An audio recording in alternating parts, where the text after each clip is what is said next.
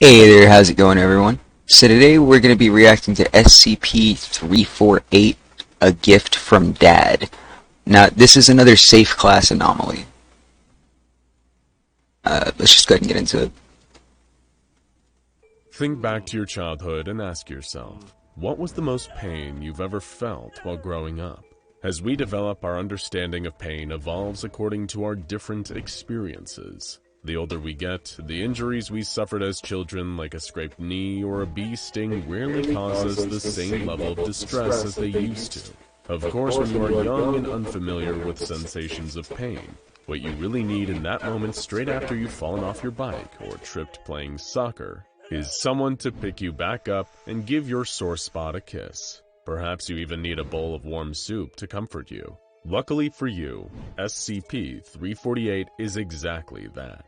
While many of the anomalies held in containment by the SCP Foundation have earned the Euclid or infamous Keter class designations, SCP-348 is one of the few considered to be safe, both in the sense it poses no containment risk, and in that it wouldn't hurt a fly. It is neither an ancient eldritch abomination from another dimension spreading its influence in our world through mimetic stimuli, nor is it a recording of a basketball game in which all the players and spectators are trapped inside. It isn't an indestructible limb-generating reptile or a towering winged being wielding a flaming sword and guarding the entrance to the Garden of Eden. To put it simply, SCP-348 is a bowl. A white, ceramic bowl, the kind you would find almost anywhere in the world. It may even look indistinguishable from the one in your kitchen cabinet. Of course, SCP-348 is hardly as Just a bowl. Just a bowl. Okay, let's see where it goes. ordinary as it outwardly appears to be, and it certainly isn't the only inanimate object that the Foundation keeps safely stored away. The key thing that differentiates SCP-348 from most other anomalies is how genuinely harmless it is. Its anomalous properties do not cause injury to any individual that interacts with it, nor does this bowl have any adverse effects on the world around it. SCP-348 cannot bend or reshape reality. It does not cause the person eating from it to have premonitions of their own death, and using it certainly does not manifest a contract-making entity at the opposite side of the table. So what makes this bowl in any way anomalous? What about it categorizes it as an SCP and not just a harmless piece of fine crockery? Well, why don't we start with how SCP-348 was first discovered? Some time ago, the SCP Foundation was made aware of rumors surrounding a child living in an unknown part of the world. According to the intelligence gathered by the Foundation, this child seemed to possess some sort of healing ability. Or at least, this is what rumors suggested. Upon further investigation, the source of these so-called remarkable recovery abilities wasn't the child, but appeared to come from a small ceramic bowl, which we now know as SCP-348. This is not to say that the bowl has any inherently supernatural healing properties, and it doesn't impart any regenerative power to those that eat from it either. It does heal in a certain sense, but not in the way you're probably imagining. When the SCP Foundation recovered SCP-348, there were no markings on it indicating where the bowl came from or who it was manufactured by. The only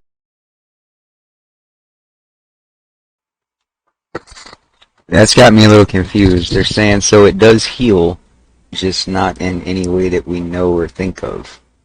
So, like, what did they define heal?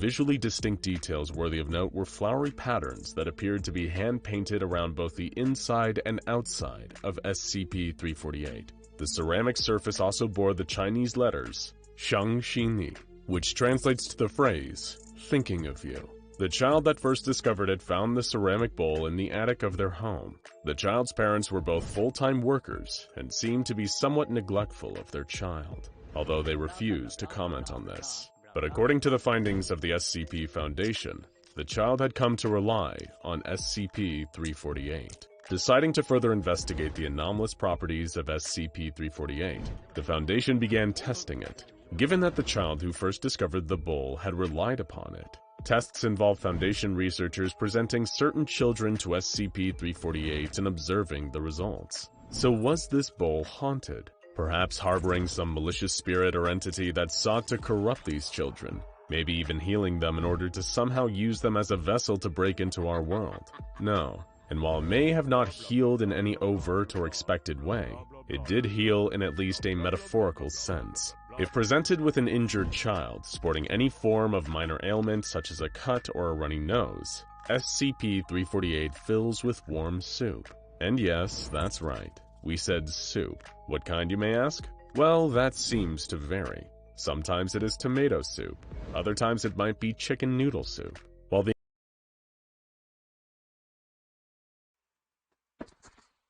So it just gives you your standard health food that you would want when you're sick. Why is this locked up? What? This could feed like a third world country or something. Why is this locked up? The ingredients used in the soups are often different. There are notable consistencies to how SCP-348 heals. If anyone between the ages of 4 years old and 18 years old sits down in front of the blue flowered bowl, then SCP-348 will fill with soup. Numerous young test subjects brought in by the Foundation to eat from this particular bowl of soup have reported that they enjoyed their meal, usually finishing the entire bowl when permitted to by research staff. Many of the injured children that were tested have stated that the soup they eat from SCP-348 reminds them of their parents' cooking. These children have expressed contentment and feelings of comfort after acquiring their various cuts and bruises. Some even claim that even though they were in a room all alone, they didn't feel lonely when they were eating the soup. And all the anomalous properties don't end after a child finishes the soup.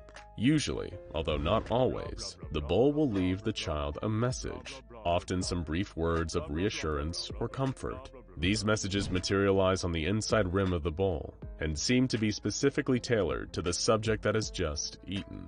The words will not only be written in the child's first language, but are often linked to the child's home life or relationship with their parents. Messages that appear on SCP-348 usually fade over time, normally disappearing after a few hours or when the bowl refills with more soup. One test of SCP-348 saw a little girl, age 8 and suffering from a sore throat, brought before the bowl. According to a background screening made by research personnel, the girl lived with her biological parents, and apparently had a good relationship with both her mother and her father. When SCP-348 filled with soup for her, the girl took almost half an hour to finish eating, and afterwards reported that she felt her sore throat get better as she ate. By the end of the meal, this test subject remarked that she felt completely normal. In this instance, no message appeared within the bowl. Another child was brought in to continue the testing of SCP-348, this time a boy of 10. Unlike the previous test, this boy was not on good terms with his parents and often argued with them. At the time of testing, the boy had sustained several minor bruises, the result of a small accident that occurred while the boy had been out riding his bike. Much like the little girl, this subject ate the soup that SCP-348 presented him with. This time though, the bowl offered a message to the boy. The lettering found on the ceramic surface of SCP-348 simply read, "Don't forget to brush." Messages also appeared when an 11-year-old boy with a slight cold ate soup from the bowl. This child had been adopted by a foster family, and after eating from SCP-348, he saw the message, "I'm glad you're happy," appear. Another young test subject, a boy age 6, had a similar experience. In this instance, the child had several scrapes and scratches from playing with his friends. His parents had divorced, and he was living with his mother at the time of testing. This time, SCP-348's message to this boy read, "I'm sorry, son." A 7-year-old girl suffering from a cough was brought in before SCP-348. She had lost her father to a traffic accident some time before testing commenced, and received the message, "I love you," after finishing her soup. Further testing conducted by the Foundation revealed that anyone over the age of 18 years who attempted to eat soup from SCP-348 experienced things slightly differently. Unlike the children, older subjects mostly displayed a disinterest in finishing their meal. A common complaint among those over 18 was that the soup was missing something. However, in a few isolated cases, testing SCP-348 on older candidates still revealed messages, although the words seemed to be faded, not the clear hand-painted blue that appeared when the children had finished their soup. One woman aged 30 who was suffering from a headache sat down in front of SCP-348. Much like it had done before, the bowl filled with soup, and the woman ate. As with some of the younger subjects, a key aspect of this woman's background seemed to be what triggered the message to appear. Specifically, she admitted to being on bad terms with her mother and father. The woman explained that she had opted to live on her own, isolating herself from her family. In fact, she even described having rejected an offer her father made to her many years earlier, refusing some career training that he was willing to give in order to help her secure a job. When she finished the soup, one word appeared in the bowl: why? Another woman, who was 40 years old, was also brought in for the SCP-348 testing. Much like the previous subject, she had moved away from home and became estranged from her parents over the years. But unlike the previous test, this woman had taken it upon herself to not only send money to her parents, but also arrange senior care for both as well. Prior to testing, her father had died peacefully of natural causes after spending his last days in the care that this woman had paid for.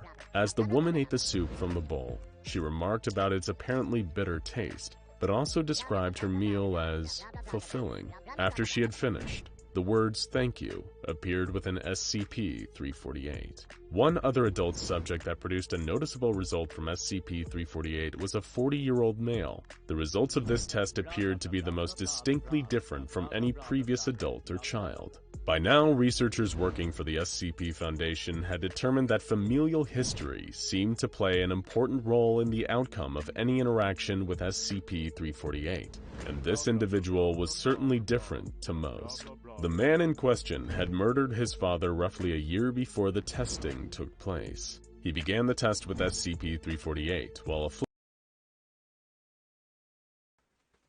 Oh, this is a crazy guy. afflicted with aches in his back. After one taste of the soup that appeared in the bowl before him, the murderer was immediately repulsed. He complained about the taste, refusing to eat any more from SCP-348. Shortly after, the man began to experience severe stomach pain. The potentially poisonous soup was disposed of, but SCP-348 immediately filled with salt water, which took 3 hours to disappear from the bowl. Despite conducting numerous tests with subjects of all ages and ailments, the SCP Foundation researchers have so far been unable to determine the origins of the messages that sometimes appear in SCP-348. Some have theorized, because of the family histories of some children and adults tested, that the words somehow come from the father of whoever eats the soup, since even when a subject's father is alive or present in their life, the message seems to convey feelings that their father has or would have. Other researchers claim that this is just the purpose of SCP-348, to provide comfort to small children dealing with pain, both inside and out. After all, isn't providing comfort what a good bowl of soup, anomalous or not, is best at? Now check out SCP-999 the Tickle Monster, and A Sea Snail's Fantasy, SCP-1867 A Gentleman, for more fascinating anomalies that mean you no harm.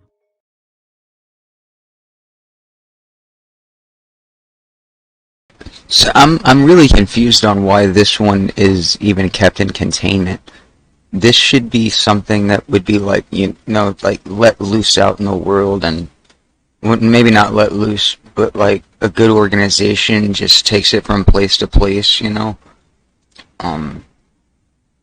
don't know, like, that should not be locked up at all. It should be out in the world.